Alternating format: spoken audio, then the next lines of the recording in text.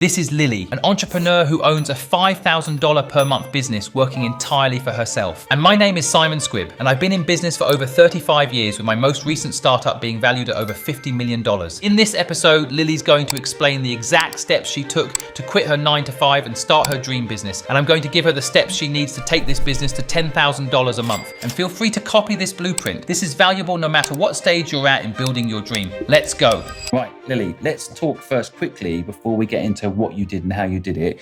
What is your business about? So it's a wellness brand. I started out doing candles and then I expanded to do workshops. How long has it taken you from starting the business to when you first became profitable? So I started 2.5 years ago in December 2022, and I probably became profitable around 7-8 months in. So 7-8 months in, using the formula we're going to explain to people now, you became a profitable business and you started with the savings you made while you were working somewhere else. We're going to go through now the 6 steps that you went through to make this business work, which people can learn from. So let's start at number 1. What did you do first to make this business happen? The first thing I ever did to even think of this business is I got a candle kit off Amazon. I was going through a bit of a rough time and I just wanted a time, like just something for myself to take my mind off things. And I got a candle kit and I made one and my mum was like, I'll buy it off you. And I was like... Your mum became your first customer? Yeah. Yes, that's great, by the way. We all need our first customer, that's it. So your mum became your first one, that's amazing. She was my first customer. So I made a Shopify account, literally no experience, nothing, just made a random website, and I put my candle on there for $5.99 and she bought it. And this is genius, by the way. Actually buying it as a business, it's brilliant. I'm just very impulsive. And then my friend was like, oh, I'll buy one off you. So then I did a wholesale order of candle stock and I just started posting them, and then my friends were buying them.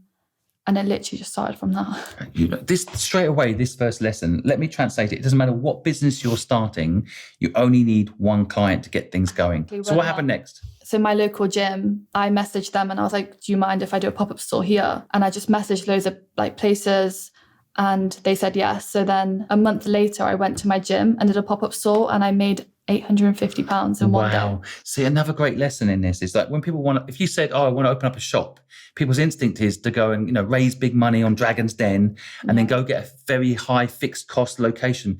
You went and asked people if you could just use their kind of space, like the gym space. It's brilliant. So you went and did a pop-up. Oh my God, you sold £850 worth of stuff. What did you do next? Obviously, I did my social media at the same time. I remember my dad sent me an Instagram DM and he'd seen an ad on his Instagram and it was like, pop up in Westfield. And he sent it to me. I was like, why would they ever accept my brand? I've literally been going for 6 months. And I sent them an email like, hi, I'm Lili. Here's my brand. I'd love to be in Westfield. And they replied back yeah, we've got this date available. Wow. And I remember, I'm sure I've got the video on my phone. I was in my room crying. You overcame what could have been a limiting belief, right? Your brain said, why would they accept you? You're just new, but you tried it. So they accepted you. Then what happened? And then I went to Westfield. I was there for a few days and I did my pop-up store, gained loads of customers, gained more of a following. And I just kept doing pop-up stores. Mm-hmm. That was what I was doing until I started doing the workshops. So I was doing that for about a year. Right. So you started your social media pages. You were doing these pop-ups.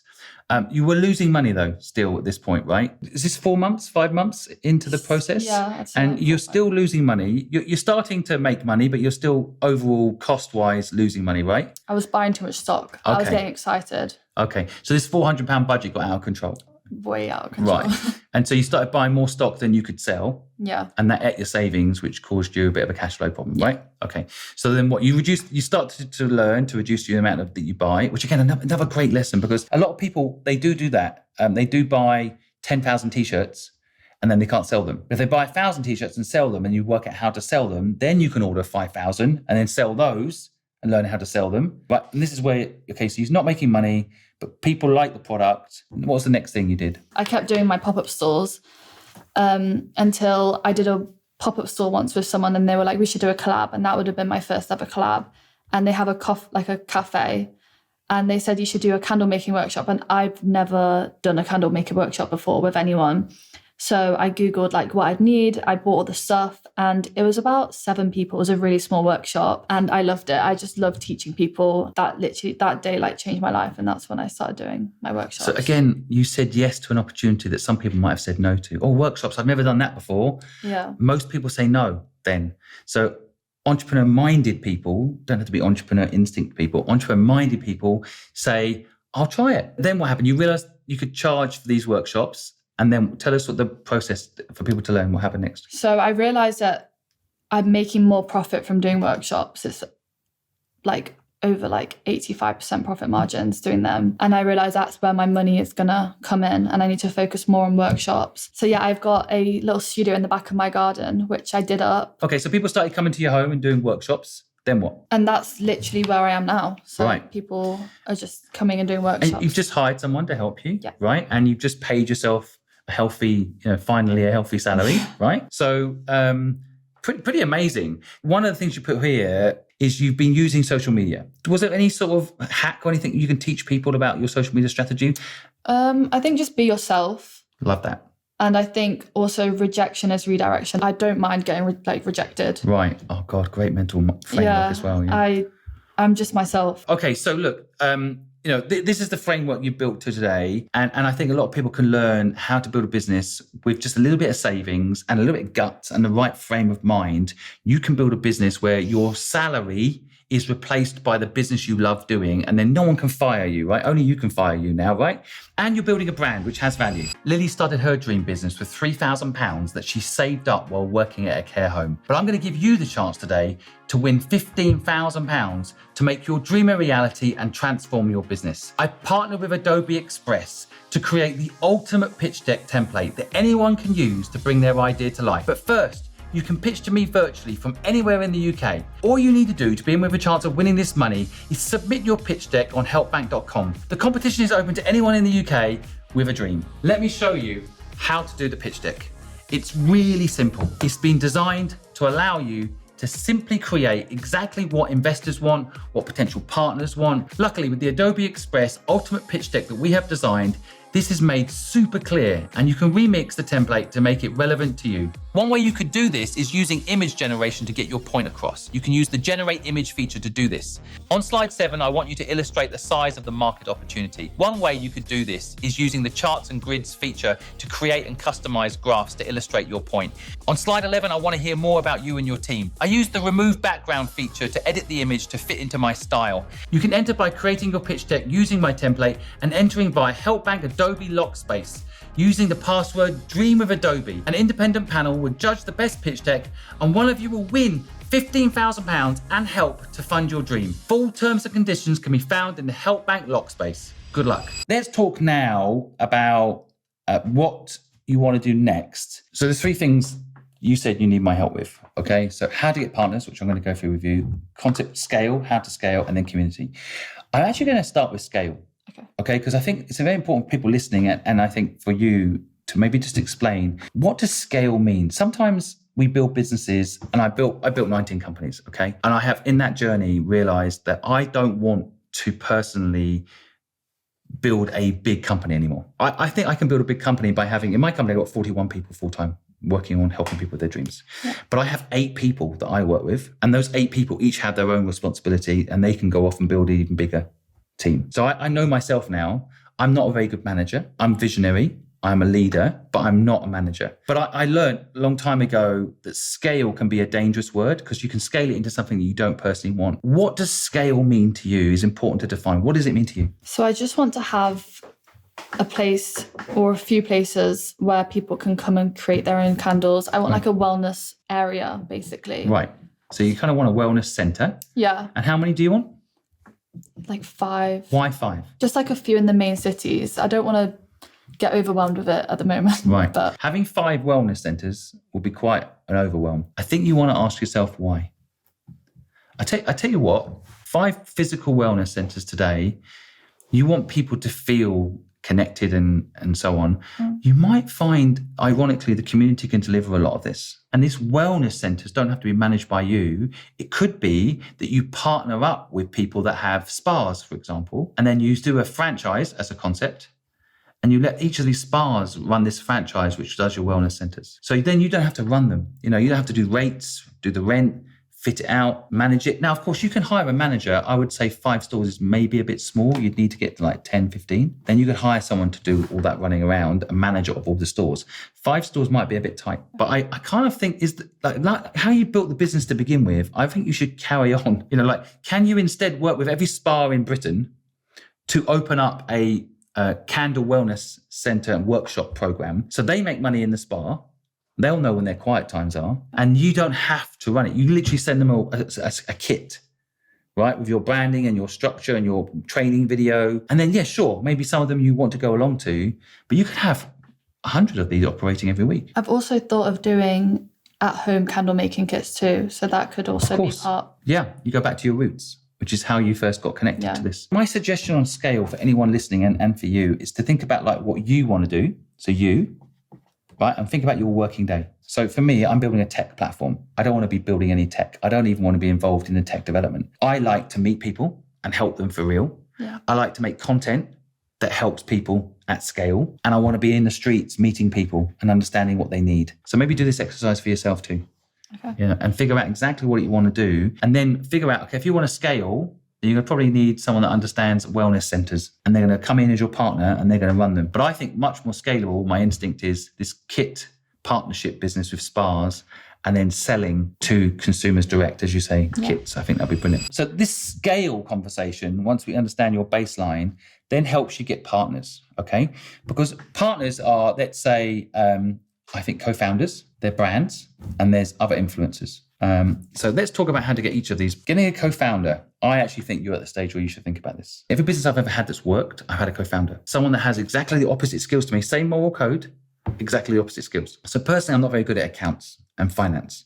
So I like to bring someone in that can take care of that side. So knowing your strengths and weaknesses is pretty important. And so at school, they teach you the opposite, right? They say, right, you're getting a D in biology. You've got to do more biology. No, if you're getting an A in something, double down on it. If you're getting a D in something, get someone else to do it. It's just not your passion. It's not your interest, right? So I think co-founder, and then write down the things you like to do, the things you think you're bad at. Now, when you have the things you're bad at and the things you don't like to do, you can begin to do a job description for your co-founder. Now, how to get a co-founder? You can go and look on LinkedIn and you'll look at people who are running wellness brands and you can go see who the number 2 is at that company. They probably don't own equity. And you can go to them and say, I'm going to build the world's most exciting candle wellness brand and I'd like you to join me. Most of the time, number 2s actually earn good money. They can invest and they can work and hopefully they can do all the things you don't love to do. And you've done the groundwork to kind of show a proof of concept. Workshops at scale could make money. Selling candles at scale could make money. So you've kind of taken a little bit of the risk out because you've got a little bit of a formula there. Now you just need to put a system in place to make that formula scale up. Okay, brands. Brands are actually really simple to get on board. People always make it very complicated. Formula for getting a brand on board is very simple. What is the brand's objective and how can you help them achieve it? So this may be the wrong example. Let's pick Nike. Right? Okay.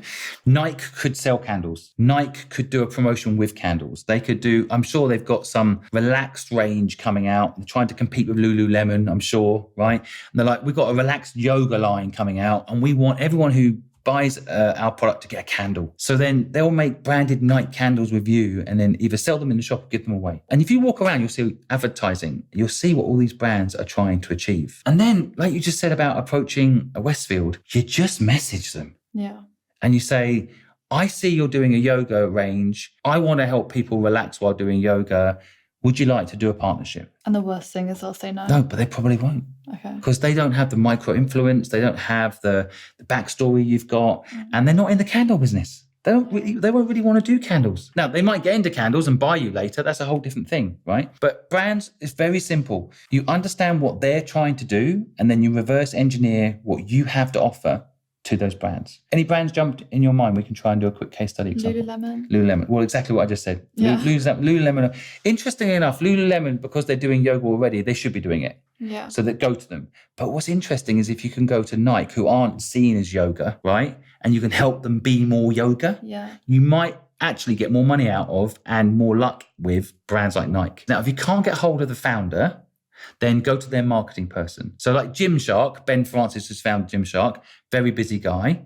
Reach out to him. He'll love your story, by the way. And then you can reach out, if you can't get hold of Ben, to Noel, who's head of marketing. So I'm sure if you reach Ben or Noel, they'll probably want to do something with you. Now, they might say not today, maybe in 6 months' time, but reach out to them all and try. right? And that's how you get brand deals. It's really, really simple, but no one actually does it.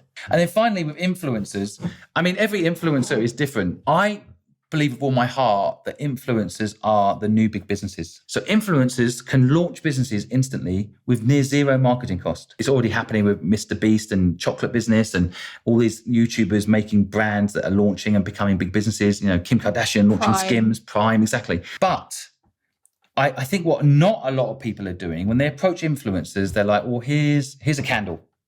I hope you like it. And then they may or may not do something about it. And then they might say, oh, I'll pay you £5,000 if you promote my candle. And even then, maybe they will, maybe they won't. If you go to them and say, you're in the wellness space. I notice you love to do yoga and your videos do really well showing yoga poses. Would you like to be a part owner in a candle company with me? Now, there's two ways to do it. You can either give them equity in a whole range that you do separately or part of your business. You can actually get influencers aboard as partners and then they can do the marketing for you and support you to grow whatever your final vision is. But again, I think influencers, the model is you send them something they like and they just support you. That's worth a try. Yeah. Then you have an agreement where you pay them and they promote you and that's their job. Or, and I think this is the future, you get influencers in as business partners. So if you give 2% to Kim Kardashian, it's worth it every day of the week, isn't it? And if she puts it in one video, you'll sell out every single day of the week for the next 3 months. I've had influencers have my candles before as well. And she posted my candle and I got about like 2,000 followers just from that one post. And so definitely try that model. But I think that's quite an exciting opening conversation. If you say, hi, can you please promote my candle? But if you say, look, would you like to launch a candle range with your brand on it and you promote it and we share the revenue? Of course, why not? And that actually brings me on to community. Because community to me, there's two things important about community. Number one, the value you bring the community. It's not what value they can bring you, it's what value you can bring them. And the second thing is support, right? Accountability. Nobody makes it on their own, nobody. So you started off with your mum and then your friend, and then those friends of friends, and then the people at the pop-up that bought into you in the brand, you have built up, or I'm going to guess, 200 people there that we call true fans. People that love you. You need 1,000 to build any business. Okay. I'm guessing you need 800 more. 1,000 true fans that all tell 10 people about you today. You can launch anything, do anything. But to get 1,000 true fans, you need to bring them value. So how do you bring them value? Well, I mean, this is a form of value, where we don't keep the knowledge to ourselves of how you made it, just so you're the only one in the world that's making it. Share it. Yeah. Right? That's value. What are we asking for people in return for watching this video? Nothing. In my case, I make money on the YouTube video and I make money from my sponsor and I use that money to fund people's streams. So everything I'm trying to do all the time is bring value to my community. And I'm not extracting value. I don't say to people, oh, you can only watch this video if you pay me £10. It's not that you can't do that, but in a way, you're giving and you're taking. Right? So I can make money from you and then I take money from you. And what you want to try and think about with communities, how can you give value without value being extracted? Because that's how you build powerful communities. Now, it doesn't mean to say you can't charge for your candles. That's your core business. Yeah. What can you bring to your community that's value? And then you start basically doing a mind map around this. So what is the community value you can bring? And it could be events. Let's say events, right? Okay. But don't underestimate behind the scenes. Just you showing what's going on, your experience, what's happening. Yeah, you making them. You coming here today and you're feeling about it. Like, include people in the journey, right? This actually has a lot of value. People underestimate it. They think, why would anyone want to know? People want to know. They want to feel a part of it. Make the community feel part of it, right? I think then for community, there's also like let the community talk to the community. So it's one-on-one. So you create a way of your community connecting to each other. So you can use platforms like Discord or WhatsApp groups, a place where people can say, oh, I made this candle. And then they share it with the community. And they go, oh, I made this candle. You're not even there, right? And suddenly there's a whole 200 people that turned into 1,000 people all chatting in this community about the candles they made and inspiring each other and having fun. Now, you don't have to spend any money initially. You can use WhatsApp and any sort of free product like Discord, but you want to create a place where your community can share their love of candles. That's my goal. So I want like an app where people can come together and even do like meetups so they can like meet each other. But you don't need to build an app straight away. Literally take these 200 people and create a WhatsApp group. Start that as my base. And you basically say, share your candles. And all it is people posting in their candles. Keep it moderated, right, initially. It's not people putting in there how difficult a day they're having. That you don't want any of that yet. You just want to get, if you can get 1,000 people in a WhatsApp, there isn't an investor I know that won't want to invest in that. Now you've got 1,000 people that are interested in your products and they're willing to promote you and they love you and they support you. You don't need to build an app yet. So what I suggest for this community piece is you spend time thinking about all the ways you could bring value that don't, of course, hopefully cost you too much. And I do think things like letting the community talk to each other behind the scenes, you're going to do anyway. Eventually, you're probably going to do one or two here and there. Because as entrepreneurs, we don't have bosses, but communities can keep us accountable and make sure we don't slip or get lazy. Yeah. All right.